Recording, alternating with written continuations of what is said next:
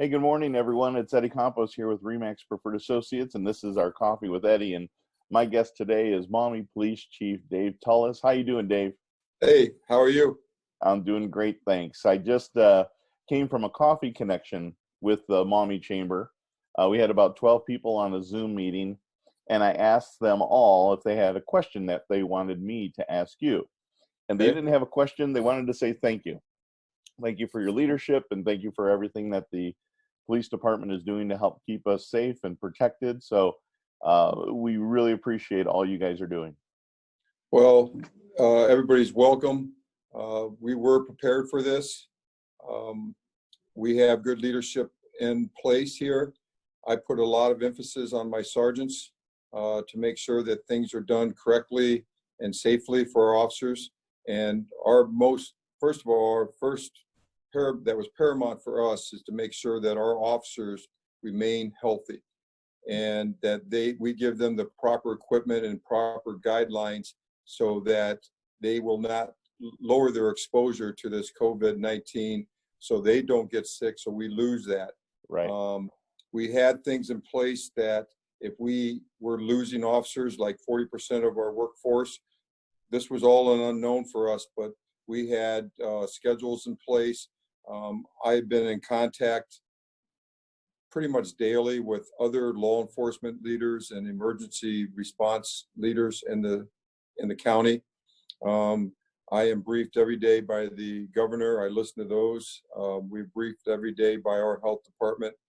And we had plans in place for mutual aid with other departments or neighboring officers like Perrysburg, our neighboring police departments like Perrysburg and Oregon, White House, Waterville. So we had things in set. So, it's paramount that we're there to keep our community safe. And part of that is to make sure our officers are safe and remain healthy. Well, I know the public really appreciates it. And I know that some people in the community have shown their appreciation by offering you guys and bringing over some dinners for the police officers. Oh yeah. Hey, I talked to you earlier. I recently lost some weight. I've been trying to be disciplined, and we have meals coming in every day, and our officers really appreciate it. It's when we're out there doing that work, a lot of times we don't hear the appreciation, and right now, and it always seems to be in times of crisis where we really realize our value to our community, and our community has come forward and showed us that we are valued, and we've been getting meals. A lot of our businesses, we're still trying to maintain our door checks and everything that we do for the businesses in our community. There's a couple of service-oriented things that we have done, but we can't do right now, but we will start off with training and like active shooter stuff. But I just received a call last week from York Toyota, and they have opportunity for us to come over with our police cars, and they sanitize the interior of our car, and it takes about 5 minutes. And I tell you what, that just lowers the stress for our officers to know that once they get in this car, we have to transport somebody. We can take it over to York. They can sanitize our car, and it's just knowing that all those germs and everything were killed. And so that's a big help. So we really appreciate that. And, we're here to serve our community, and we do that well, and our community is paying that back tenfold. So that's an amazing, can't be any happier. Yeah, that's an amazing gift for them to extend over to you guys. I can see how that would definitely make the officers feel more comfortable, especially if they do have to transport someone. It's paramount. And, there's always that fear. As a police officer, when we took on the job as a police officer, we always knew that we were going to have come into situations that we don't know if somebody's going to harm us. We don't know if somebody wants to shoot us. We don't know if they're carrying a gun. So we put all these precautions. It's officer safety measures that we put in, and we do that, and it becomes second nature how we interview somebody, and we stay about 4 feet apart and our gun sides away from the person, or we're always looking. It's just when we arrest somebody, we have to handcuff them, we pat them down. There's all these officer safety precautions. Now, with this COVID-19, here's another invisible enemy that we have to deal with.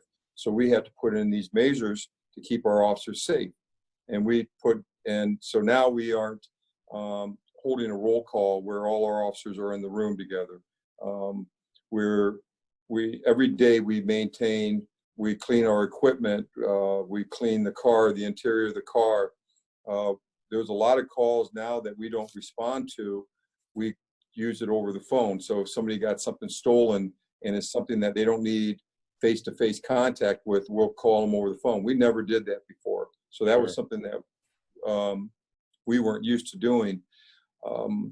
Now when we arrest somebody, we glove up, we mask up, and we also mask the person that we arrested so they can't spread the virus, because we're putting them in a close contact in our cars, and we got to make contact with that person.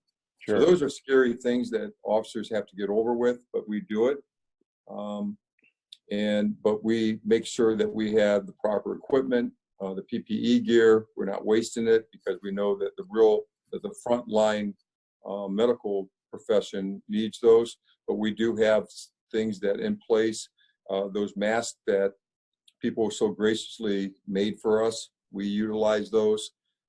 So those are things that we have done to put in place to make sure that our officers remain on the job and they're out there keeping our community safe. So the vehicles are safe, your officers are safe, and the community's safe, and they can feel well protected. Right. Well, that's awesome. So, you know, there's decisions that we have to make too, and some of the decisions aren't very popular, but sometimes we just have to make those decisions. I know that Mayor Carr closed off River Road. Right. And this is the walleye run. I've been here for over 34 years, and March is always crowded down by the river. And it's a big outdoor sportsman event. And we ended up, we monitored it on one weekend, and it was a nice weekend, and Sidecut Park was so packed. And we would see fishermen, like 5 guys in a truck, and you could tell they weren't from the same household. They all get out. They have all their equipment in the back of the truck. They're helping each other put their waders on and strap up, and they're not maintaining that 6-foot distance. And we were getting a lot of calls from our frontline workers, our nurses, our doctors, EMS, and they were frustrated because they're dealing with the effects of the COVID-19. Right. And they're really exposing that. And they also have to see people extremely ill, the fear of they're not going to make it through. And there have been some that haven't made it through. And we're being told to combat this is to maintain that 6-foot distancing. And it was almost like shoveling sand against the tide. There was just so many people down there. So we closed off that section of River Road to really limit the access. And it has been extremely effective. But we get a lot of complaints about it. I had an individual complain, said they look forward to this every year, and this is ridiculous, and it's an overreach. And, you know, every year I go to the MAC tournament, and they canceled it, and I understand why. And next year we'll have that MAC tournament. And I told this individual, hey, we closed off a mile of the road from Jerome Road to Ford Street. That river runs from Fort Wayne all the way to Lake Erie. People can put their lure in anywhere along that river. Yep. Except for that 1.5 miles. And because that was where a lot of people were congregating, and it was actually dangerous. Well, it's kind of similar to, in a way, to what happened up in Michigan in the protests that people were having. You know, I understand what their concerns were, but at the same time, they're contributing to the problem. Yeah, it's hard for everybody. This is unprecedented. You never would have thought that we would have had a pandemic. We've been told that this could happen. You know, you always prepare in your emergency procedures to prepare for stuff like this. And then till it happens, then you think, oh, man, this really happened. And some of the things that we had in place works, and then we had to add other things. So, and then, you know, one of the things that I make no secret of it, I'm totally against the 911 consolidation, where we're moving all our dispatchers from all Lucas County. Every dispatch center is being put into one building. Mm-hmm. And I tell you what, our dispatchers, this is dispatcher week, actually appreciation week. And actually to put them all into one building, let's just say they had that virus that spread through that building and just decimated our dispatchers. Yep. What are we going to do? Right now we have in place that if we get decimated here, we can use Oregon's PSAP to dispatch for us, and vice versa. So we have something in place, and we have like 5 PSAPs in Lucas County. And to me, that was another reason. And I can remember in a couple of meetings, they kind of just poo-pooed it away, like, oh yeah, that's not going to happen. Well, here it is. It's 2020 and it happened. So, you know, that's an amazing detail that you guys have figured out, because so the Lucas County Health Department actually had a situation where they had someone who was diagnosed with the virus, and they had to shut down. I guess I never put any thought into the fact that you guys are on the front line. It's very possible that someone in the police department could have come back, not known it, and infected other people, and you would have to vacate the building. That's amazing that you guys have had that much thought ahead of a possibility to deal with something like that. right. And our dispatchers right now, they're in a very secured area in our building. Our officers have been mandated. They're not allowed to go in there, and they're not allowed to have any contact with our dispatchers. And the other thing that's very vital for our officers is that when they're off duty, then they go home, they have to maintain that same awareness and make sure that they aren't exposed and they do the right thing so they can come back from work. And we've been very fortunate so far. And we've had a couple that we've had been in isolation, but everybody right now is back to work, and we're out there, we're visible, we're working hard, and our city right now is secure. So, well, I'm glad that you guys have put so much thought into taking care of themselves and taking care of the public. And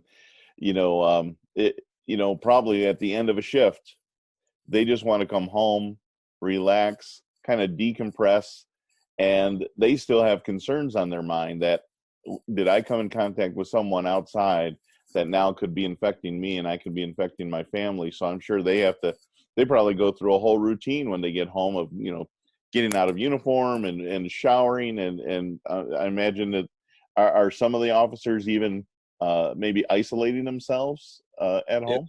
Yes, we have, that's very accurate. We watch how we have families too. So we know that we have that exposure and that we could bring it home to our family. We do have one officer that we pretty much put on FMLA. He and his wife had their first children. They were twins.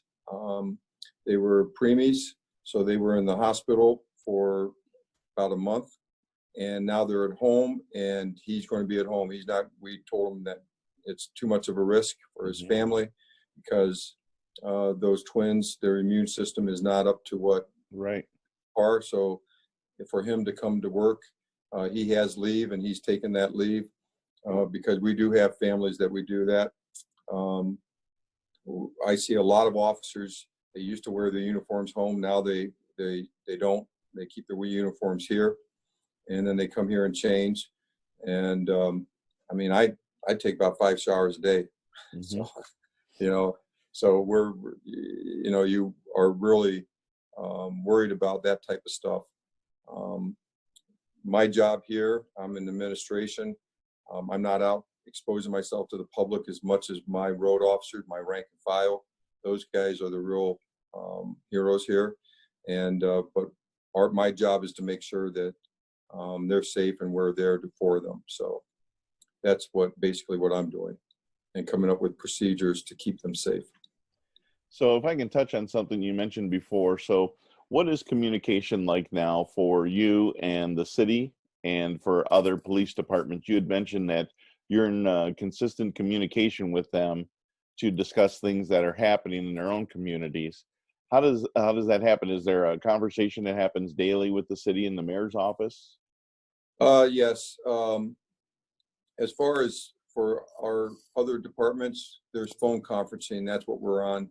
And we use a lot of phone conferencing. And I know that our council meetings now are on Zoom on this app here. Hmm. And in our communications, it's basically over the phone, not face to face, that type of stuff, emails.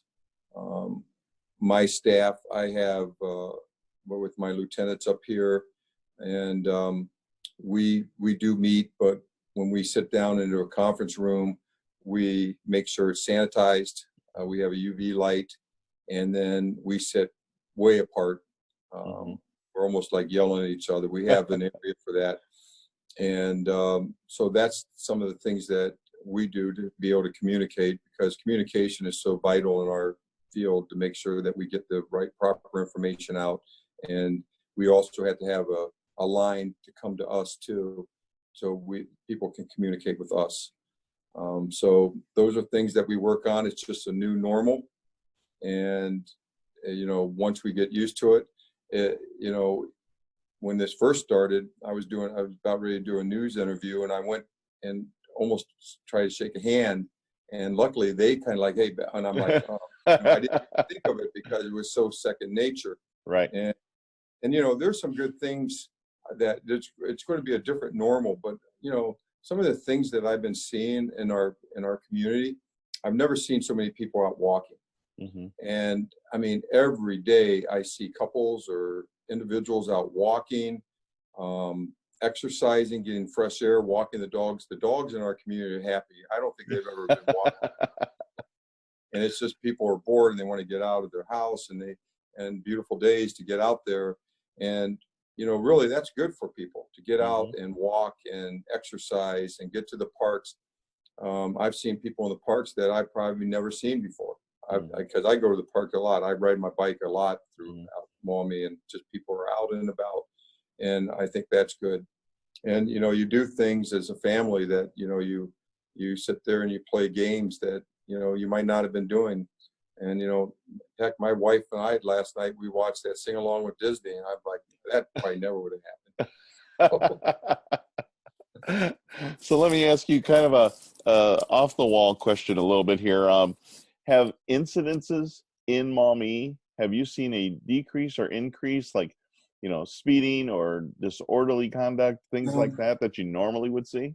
There's different things out there. I mean, mental health is taking a big hit because people really can't reach out to go to their counselors and stuff like that. And you think about AA meetings,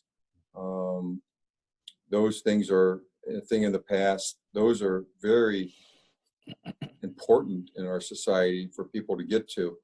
And, I saw a statistic, and the liquor sales have gone up 75%, alcohol, beer sales up 45%. And so our domestics are starting to rise, and it's almost like a bad cocktail when you got alcohol. People are losing their jobs, so money's tight. People are quarantined in their homes, they're drinking, and then the fights start. The stress levels are high because of this fear of the COVID, the fear of the unknown, the fear, am I going to have a job? Where's the money coming from? I got to pay my rent. And then you have the alcohol sales are up. Those things are very, that occur, and we have to deal with that. Other calls for service, some of them are going down, like shoplifting, because we don't have stores open. And if there is shoplifting going on, they're probably like at Kroger's or Myers is so busy there. We are getting some of those, but not as much as we used to. We have a lot of shut-ins here in Maumee. So we have Officer Wendy Newsom. is our crime prevention officer, and our victim service officer is Corey Henson. They have been making daily phone calls to our elderly population. And Wendy's office, I told her, I said, oh, there's where all the toilet paper is. She has rolls and rolls of toilet paper in her office that she went and bought, and that she's there in case one of our elderly population needs toilet paper. Mm-hmm. She goes shopping for them, gives them their needs. And that's a great service that Maumee Police, I think, is unique, and we were able to offer that. And at first she said that, oh, they said they're all set. We're all set. We don't need anything. But now they're really reaching out, and we're glad that we're there for them. And so those are some of the things that is the new normal now. Mm-hmm. So. Well, it's awesome that the police department is there to be able to help take care of those who can't take care of themselves. Is there a number people can call if they need some help themselves to contact Wendy or someone at the police department to get that started? Yes, they just call 897-7040, ask for Officer Newsom or Officer Henson, and they can help them, and they'll be in contact with them. And you know, we have gotten a lot of people in our community that have reached out and said, hey, we can help you guys if you need people to deliver food or deliver medicines or anything like that. And Wendy has a list of those volunteers, and there have been times that she's been using them, but we've been keeping up on it. But hopefully we're on the other side of this curve, and things are going to start normalizing a little bit more. I don't think we'll ever come to the normal that we always have known before. I think fist pumps and stuff like that may become in vogue instead of handshakes or elbow punch. But we are there to serve the community, and I think we have great leadership here in the community, from the mayor to our council, to our safety director, to our fire chief. And our street department is out there working hard. So Maumee is a fortunate community, and I'm glad I live here. And we're doing everything we can to help our community. And like I said, there are going to be some tough decisions that's not going to make everybody happy.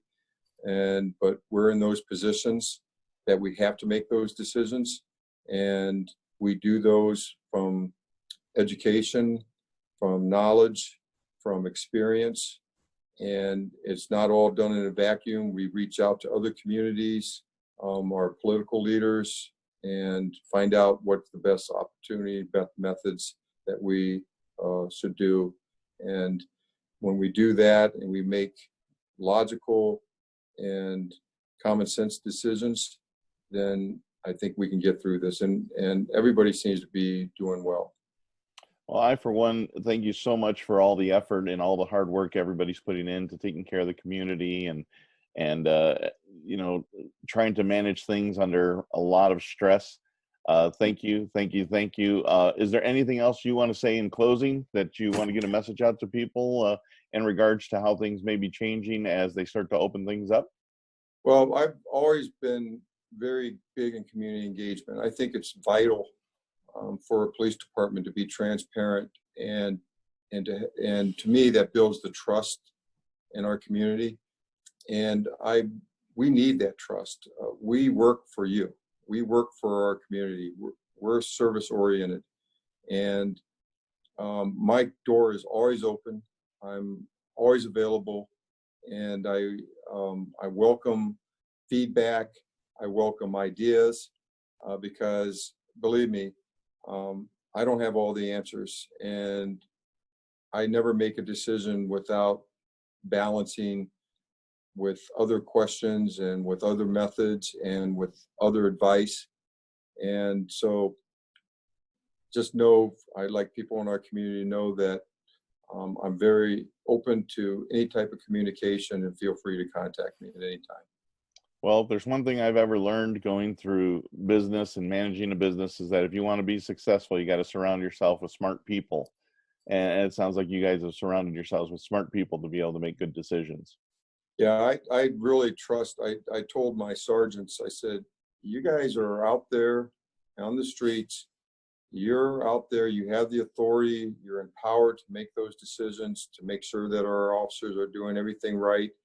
If you see an officer that is getting in a car without wiping down the car or sanitizing it, then that's up to you to get on that officer and make sure it's done. These are scary times, and we have to be diligent in how we do our job. We have to maintain our safety, and we have to do the right things. It's one of those times when things that you do is a responsibility to others. Yes. Yep. Absolutely. Well, thanks for your time this morning. I know that you're very busy. I appreciate everything you guys are doing, and please tell everyone there that the community of Maumee says thank you. Well, we appreciate it, and we've been hearing it loud and clear, and I hope that our community knows that we're out there, and we're honored to be out there to do this. This is why we chose this profession. We're service oriented, and we want to make our community better, and that's what we're doing. Well, thank you very much, sir, and I'll see you soon. Thanks, Eddie.